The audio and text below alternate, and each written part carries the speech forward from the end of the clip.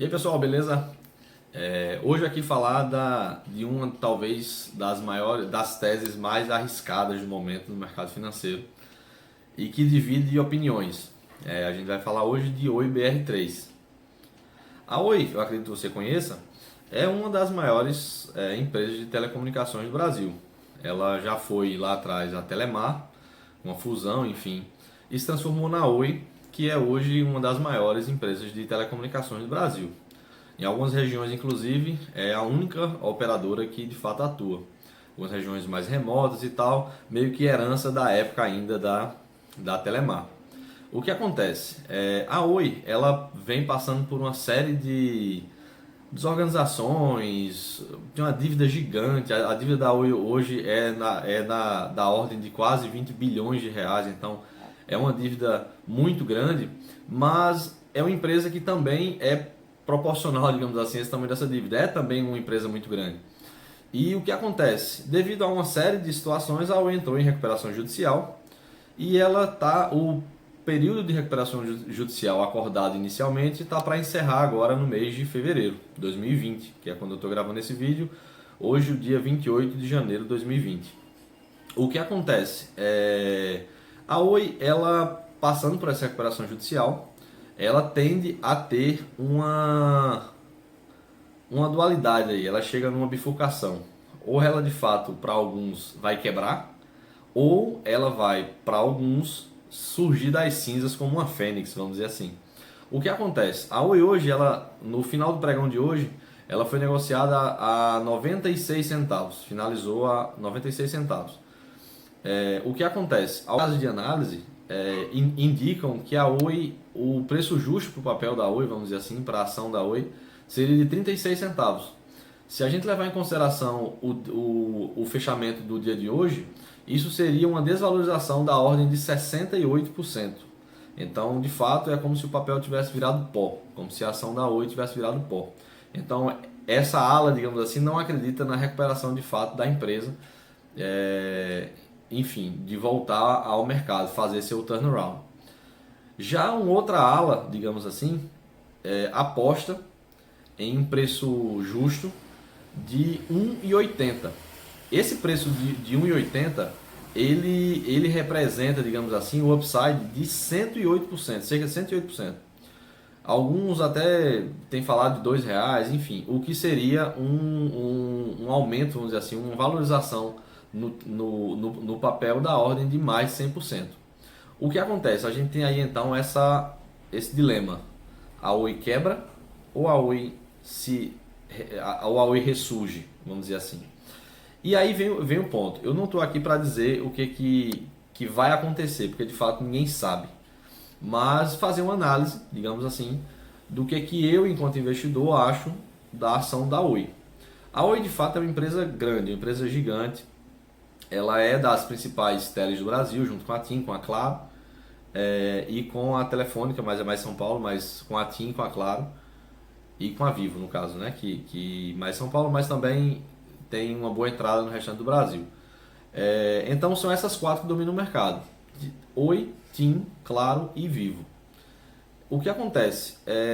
A Oi, ela, pelas suas obrigações quanto ainda concessão pública, ela tinha algumas obrigações que as outras não tinham. Então o que acontece? As outras estavam meio que livres dessas obrigações que a Oi até então tinha. Por exemplo, o fato dela ser oriunda dessa concessão fazia com que ela tivesse obrigações como manutenção de orelhão. Eu nem lembrava que orelhão existia.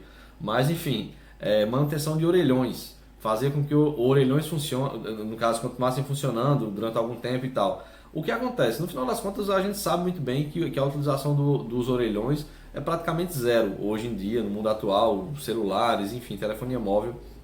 E no final das contas, a Oi ainda continuava com essas obrigações. Então isso onerava seu caixa, isso dá ordem de às vezes quase 1 bilhão por ano. Então é um custo muito alto para a empresa e de fato a gente saber que esse custo não vai trazer retorno algum. Então, no ano passado, dentro de um pacote, digamos assim, daquilo que eu acredito que a Oi precisaria para se salvar, então esse é o ponto, o que pode salvar a Oi, vem um primeiro fato, que é a aprovação da PLC 79, que seria, vamos dizer assim, um projeto de lei complementar das teles, vamos dizer assim, que seria uma reorganização do negócio, telefonia móvel, telecomunicações, enfim. Esse PLC, que foi aprovado no ano passado, ele retirou, digamos assim, algumas obrigações. Então, a Oi, principalmente, digamos assim, ela saiu de uma concessão pública, para uma operação privada de fato. Então, caso o governo queira que seja feita uma manutenção ou situações assim, ela vai ser contratada para fazer. Então, mudou um pouquinho a forma como a coisa até então funcionava. A Oi também, o fato dela ter se expandido muito, e esses são pontos que eu julgo que são talvez os pontos cruciais na recuperação da Oi. O primeiro deles, isso, a aprovação da PLC 79 no ano passado. Um outro ponto que tem sido muito falado e finalmente a Oi conseguiu fazer foi a venda dos 25% da sua participação na Unitel, uma telefônica, uma empresa de telecomunicações em Angola.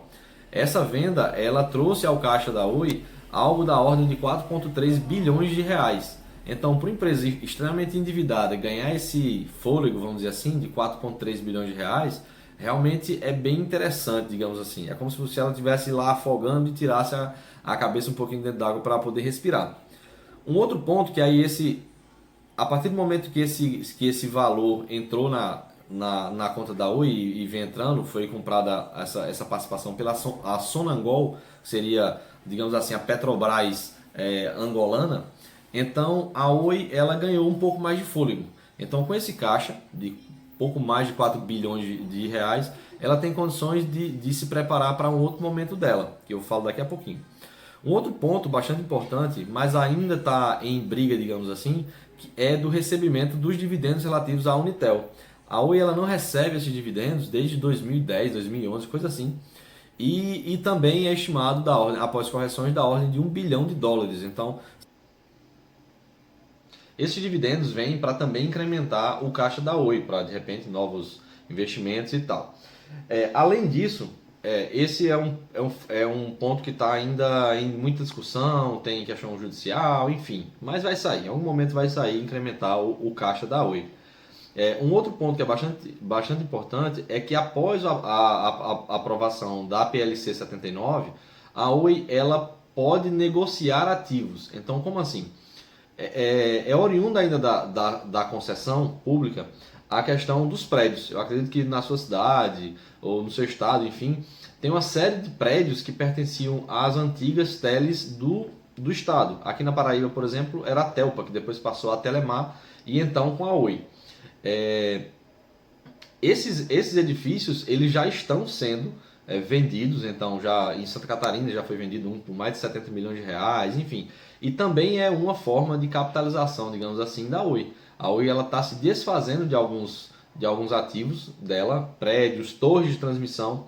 A Oi teria contratado alguns bancos, enfim, está sendo noticiado isso ao longo desses últimos dias, para venda da sua gama, digamos assim, de torres de transmissão de telefonia. Esse negócio, segundo a avaliação que está se falando, deve girar em torno de 700 milhões de reais, que aí somados com aquele valor dos 4,3 bilhões de reais da venda dos 25% da Unitel para a Sonangol, você está falando aí de um incremento de 5 bilhões de reais no caixa da Oi. E aí vem mais um outro ponto. Agora no final de janeiro de 2020 para fevereiro de 2020, a gente tem a posse do Rodrigo Abreu, que é o novo CEO da Oi. Não falando de maneira específica do antigo CEO, mas o fato de você trazer alguém novo, digamos assim, no mínimo vem uma pessoa com outra perspectiva, alguém que estava dentro do problema, de repente não estava vendo algumas situações, e o fato de vir um outro CEO, vamos dizer assim, a gente está falando de talvez novas perspectivas. Lembra um treinador de futebol, né? O time está perto de ser rebaixado e no final das contas, quando troca o treinador, muitas vezes até consegue um resultado bom, às vezes não, mas enfim. E no final das contas é isso, dá aquela arejada e dá aquele fio de esperança para novos negócios, nova forma, nova visão de como a coisa tem que ser levada. E aí vem um outro ponto, que aí esse sim é tido como um outro ponto de um incremento grande no caixa da Oi, que é a venda da sua operação de telefonia móvel. Isso mesmo, a Oi ela tem já se movimentado para deixar de ser uma operadora de telefonia móvel. Então eu mesmo sou cliente da Oi. Aqui na minha região a gente tem uma grande entrada da Oi, vamos dizer assim. A Oi é uma das poucas que chegam em todas as regiões do Brasil. Na verdade, eu acho que é a única que chega em todas as regiões, todas as cidades do Brasil. Ou se não todas, mas enfim, a maior parte das cidades do Brasil.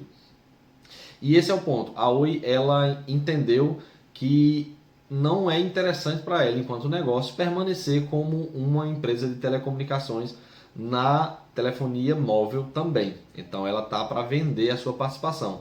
Já tem notícia falando de CAD aprovando, já analisando as possibilidades. A TIM para comprar parte da participação, a Vivo, enfim. Inclusive empresas de fora tendem a também participar dessa possibilidade de compra.